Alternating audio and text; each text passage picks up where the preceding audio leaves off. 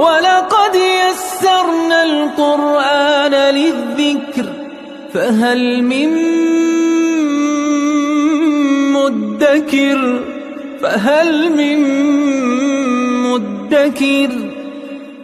اعوذ باللہ من الشیطان الرجیم بسم اللہ الرحمن الرحیم الحمد للہ رب العالمین وصلی اللہ علی سیدنا و نبینا ابی القاسم المصطفى محمد وعلى آلہ الطیبین الطاہرین المعصومین اما بعد اعوذ باللہ من الشیطان الرجیم بسم اللہ الرحمن الرحیم ایود احدکم ان تکون له جنة من نخیل وعناب تجری من تحتها الانہار له فیها من كل الثمرات واصابه الكبر وله ذریة ضعفاء فأصابها إعصار فيه نار فاحترقت كذلك يبين الله لكم الآيات لعلكم تتفكرون صدق اللہ العلی العظیم۔ پروردگار عالم نے سورہ بقرہ کی آیت نمبر 266 میں ان افراد کی حالت اور ان کے انفاق کرنے کے بعد اور ان کی ریاکاری کے بعد جو ان کے اعمال کی صورت ہے، جو ان کے اعمال کی صورتحال ہے، اس کو بیان فرمایا۔ یہ بھی ایک بہترین تمثیل کے ذریعے اس مطلب کو خداوند عالم نے ہمیں سمجھایا ہے۔ فرمایا ایود احدکم ان تکون لہ جنہ، فرمایا کیا تم میں سے کوئی دوست رکھتا ہے، کسی کو یہ پسند ہے ان تکون لہ جنۃ کہ اس کے پاس ایک باغ ہو، من نخیل وعناب، فرمایا کہ تم میں سے کوئی ایسا شخص ہے جس کو یہ پسند ہو کہ اس کے پاس ایک باغ ہو، اس کے باغ میں کھجوریں ہوں اور اس کے باغ میں انگور ہوں، تجری من تحتها الانہار، اور وہ ایسا باغ ہو کہ اس کے نیچے یا اس کے دامن میں نہر جاری ہو، نہریں بھی جاری ہیں وہاں پہ، یعنی یہ ایسا باغ ہے جو سرسبز و شاداب ہے، جس کو پانی کی کمی نہیں ہے، ہر طرح کے اس میں پھل، میوے اور نعمتیں موجود ہیں۔ لہو فیہا من کل الثمرات، دو پھلوں کا خصوصی طور پہ ذکر فرمایا کہ اس میں نخیل اور عناب ہیں، اس میں کھجوریں ہیں اور انگور۔ اس کے بعد فرمایا لہو فیہا من کل الثمرات، اور اس میں ہر قسم کے میوے موجود ہیں، یعنی کیونکہ ایسا باغ نہیں ہے کہ جس میں ایک دو قسم کے میوے ہیں، ایسا باغ ہے جس میں انواع و اقسام کے میوے موجود ہیں۔ اس شخص کے پاس ایک ایسا باغ ہے جو سرسبز ہے، اس میں نہریں جاری ہیں، کئی قسم کے اس میں پھل ہیں، وَأَصَابَهُ الْكِبَرُ، اور یہ بڑھاپے کی منزل پہ پہنچ جائے۔ جو باغ کا مالک ہے یہ کس درجے پہ پہنچ چکا ہے؟ کبر، وہی بڑھاپے سے، اکبر، کبر، کبیر، یہ الفاظ بزرگی پہ دلالت کرتے ہیں، وہ بڑھاپے کی منزل پہ پہنچ جائے۔ وَلَهُ ذُرِّيَّةٌ ضُعَفَاء، اور اس کی جو ذریت ہے، جو اس کی اولاد ہے، وہ کم سن ہے۔ ضعفاء، ضعیف یعنی کم سن ہے، یعنی وہ اپنے حالات زندگی، وہ اپنا زندگی کا نظام خود سے نہیں چلا سکتے، اس وجہ سے ان کو ضعفاء کہا ہے۔ کم سنی کے ساتھ وہ ضعیف اس وجہ سے ہیں کیونکہ ان کے رزق و روزی کا بندوبست کسی اور کے ذمہ ہے، وہ خود کچھ نہیں کر پاتے۔ ایسا شخص ہے جو خود بوڑھا ہو چکا ہے، اس کی اولاد جوان نہیں فرمایا قرآن نے، کیونکہ اگر جوان اولاد ہو تو ممکن ہے اس کو اس باغ کی ضرورت نہ ہو، وہ خود اپنے پاؤں پہ کھڑا ہو سکتے ہیں، لہذا فرمایا کہ اس کی اولاد ضعفاء ہیں، کم سن ہیں۔ فَأَصَابَهَا إِعْصَارٌ، تیز ہوا کا جھونکا آئے، فَأَصَابَهَا إِعْصَارٌ، جو بگولا ہوتا ہے، جو تیز ہوا چلتی ہے، اس کو کہا جاتا ہے اعصار۔ فیہ نار، یہ ایسی تیز ہوا کا جھونکا جس میں آگ ہو۔ فَحَطَرَكَتْ، یہ ہوا کا جھونکا چلا اور اس باغ کو جو کہ سرسبز تھا، جس میں ہر قسم کے میوے تھے، یہ ایسے شخص کا باغ تھا جس کی اولاد ابھی کم سن تھی، اس کو شدت کے ساتھ اس باغ کی ضرورت تھی تاکہ ان کا نظام زندگی چل سکے۔ اس مرحلے میں جب یہ انسان پہنچا تو اس تیز ہوا کے جھونکے نے، اس بگولے نے اس پورے باغ کو جلا کر راکھ کر دیا۔ اب اس کی حالت کیا ہوگی؟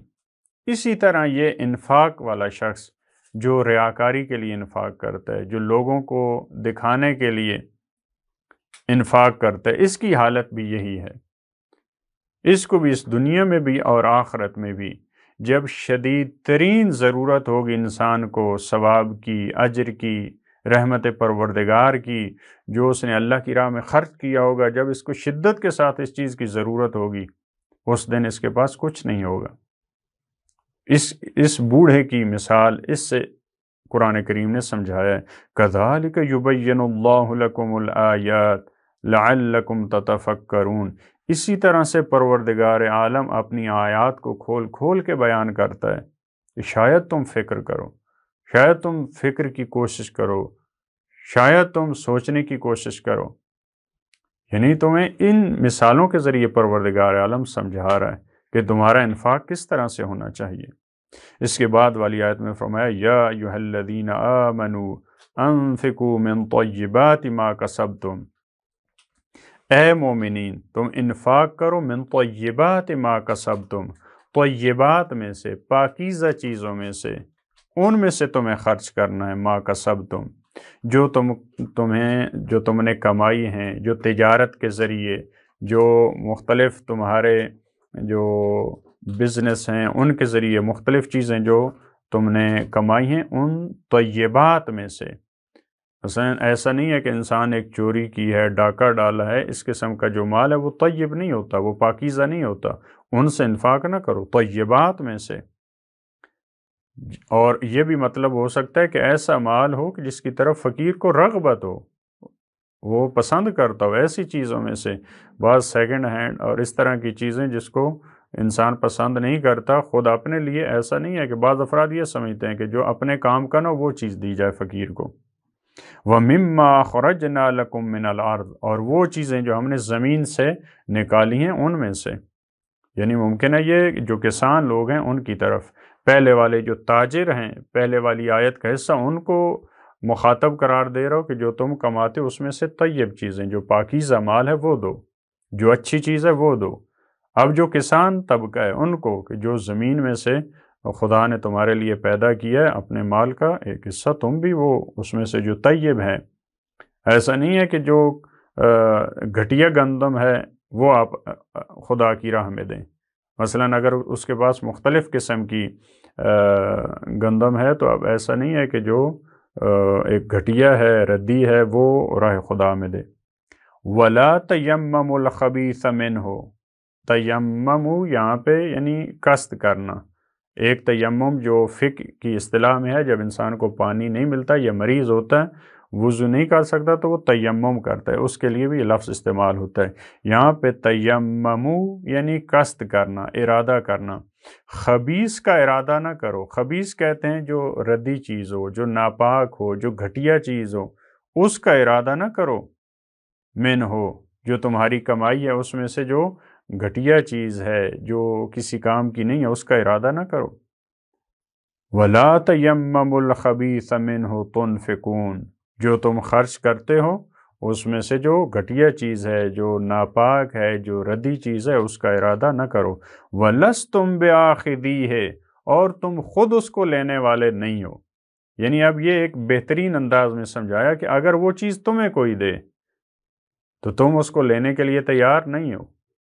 وَلَسْتُمْ بِآخِذِيهِ، تم خود اس کو لینے والے نہیں ہو، إِلَّا أَن تُغْمِضُوا فِيهِ، مگر یہ کہ چشم پوشی سے کام لو۔ اگر اغماض سے اور چشم پوشی سے کام لو تو اس وقت ممکن ہے تم بھی اس کو لے لو۔ البتہ ایک اس کا معنی یہ ہے کہ مگر یہ کہ تم اس کی قیمت کو گھٹاتے ہو۔ اغماض اور چشم پوشی یعنی ایک اس کا معنی یہ ہے کہ اگر وہی چیز تمہیں دی جائے مثلاً وہ گندم کی ایک بوری تمہیں دی جائے جو تم زکوٰۃ میں دے رہے ہو ایک فقیر کو، اگر تمہیں دی جائے تو اگر مثلاً وہ 5,000 کی ہے تو ممکن ہے آپ کہیں کہ میں یہ 2 یا 3,000 میں لینا چاہتا ہوں، خود جب تم وہی لینا چاہو، لیکن اب آپ 5,000 کی جگہ وہ دے رہے ہیں۔ لہٰذا خود انسان کو جیسے کہا جاتا ہے کہ آپ اپنے آپ کو اس جگہ پہ رکھیں کہ آپ اگر وہاں پہ ہوتے تو آپ کیا کرتے، لہٰذا آپ اس کام سے بچیں۔ وَاعْلَمُوا، اور تم جانو، ان اللہ غنی حمید، یقیناً اللہ غنی بھی ہے اور حمید بھی ہے۔